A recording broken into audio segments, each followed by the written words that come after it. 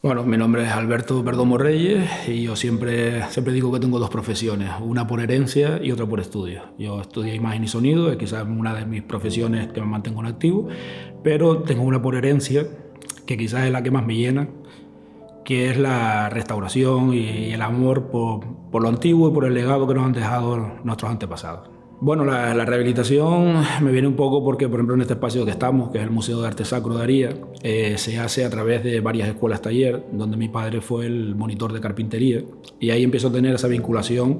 Yo ya trabajaba la carpintería con mi padre desde niño, y esa vinculación quizás por la restauración y por la enseñanza sobre todo también, me viene a raíz de esta rehabilitación de esta casa que fue durante 4 años con dos proyectos de escuelas taller. Bueno, este espacio que estamos ahora, que es el Museo de Arte Sacro, tenemos que tener en cuenta que la iglesia de Aría, la iglesia antigua, se cae en el año 56, pero todo lo que estaba en esa iglesia antigua termina repartido por todas las casas del pueblo, la gente, por las familias que cuidaban una imagen, otra imagen, algunos almacenes, pero llegaría una figura muy importante que cambia completamente, que es don José Lavandera. Pero actualmente fue el párroco de Aría del año 70 al 75 y actualmente es el responsable de patrimonio de la diócesis de Canarias. Entonces, esta casa donde estamos ahora, que es una casa familiar, pues por una herencia, por un testamento, la hereda o se cede a la iglesia. Entonces este hombre llega y se encuentra esta casa vacía y todo el patrimonio de la iglesia antigua repartida por todo el pueblo.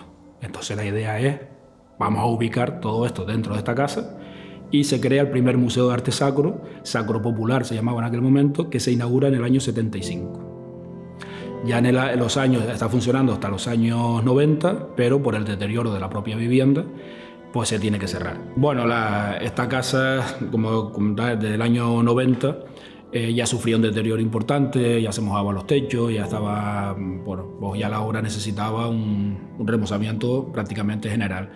Entonces se cierra, se desmonta la anterior exposición que había del Museo de Arte Sacro, se guarda todo en la iglesia actual y se empiezan esos talleres, esas escuelas talleres que duran 4 años, donde incluso los talleres estuvieron aquí. Te cuenta que pasaron casi 40 jóvenes de entre 16 y 18 años por estas instalaciones aprendiendo esos oficios de carpintería, electricidad, mantenimiento, cantería. Muchos de ellos hoy en día es su profesión y empezaron en esta instalación.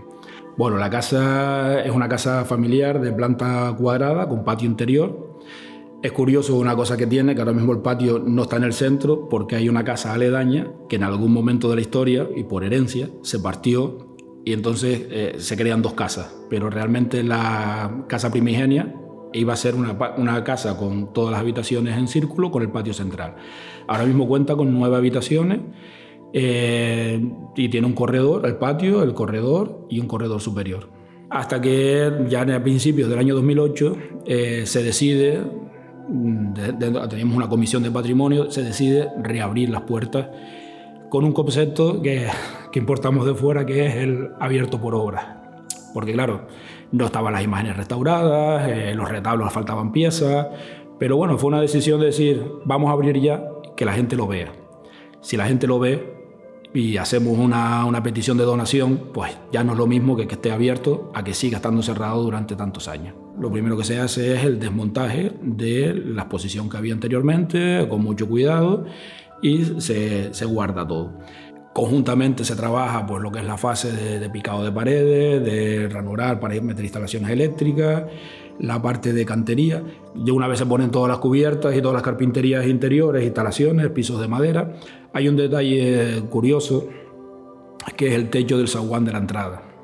Ese techo tiene unas piezas talladas por los propios alumnos, y es de cuarterones con un torneado circular tipo plafones que se hace con las tablas del suelo de la primera sala y del corredor.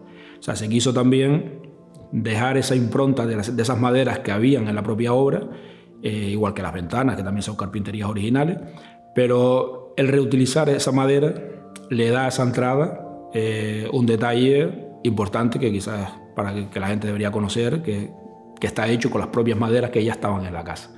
Y la alfombra del suelo de esa entrada del zaguán, que es de piso hidráulico, que también se pusieron de moda a principios de 1900, realmente era el zócalo. Y se arrancaron del zócalo y con las piezas que se podían aprovechar se hizo esa alfombra. Entonces son detalles que tiene la obra que ya estaban en la casa y que le dan ese valor y se pusieron en valor de nuevo y le da ese valor de la arquitectura tradicional, burguesa, por así decirlo, que fue de esa época de finales del 800, principios del 900, que es de donde data esta casa. Esto tenía un proyecto original que era de otra manera. Entonces yo lo veía más, teniendo en cuenta que teníamos todos esos retablos y todas esas piezas ahí, exponer todas esas piezas.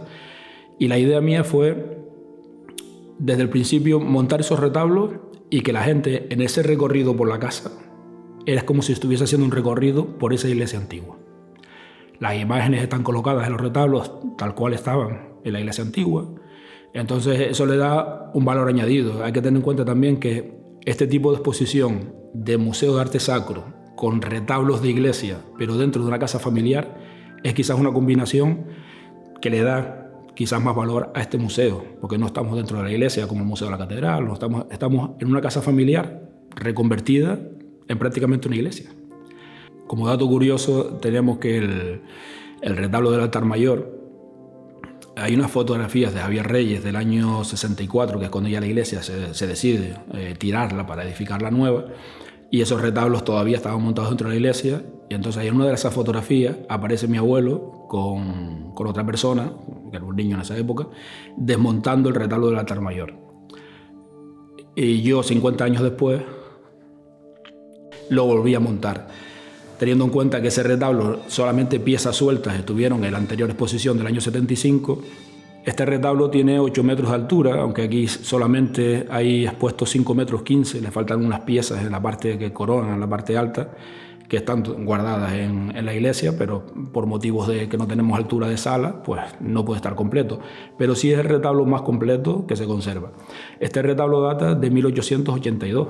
Y está hecho por los carpinteros que estaban aquí en la calle San Juan, había una carpintería, por Narciso y varias personas más, que dejaron su nombre escrito detrás del retablo. Bueno, mi vinculación con este proyecto, claro, fue porque mi padre fue el monitor de carpintería, entonces yo en esa época pues trabajaba también con otras cosas, a veces lo acompañaba, pero claro, no tuve la impronta de mi mano aquí, realmente fue lo que fue el montaje ya después del Museo de Arte Sacro. Quizás por eso estoy más aquí hoy, porque en lo que fue la obra en sí, yo no participé, más que estar un poco pues paralelamente con mi padre, comentando alguna cosa o ayudándole a hacer algo. Pero sí que esa vinculación de cuando yo venía y veía a los alumnos practicando algo, haciendo algo, pues me llamó bastante la atención y quizás despertó un poco en mí esas ganas de enseñar.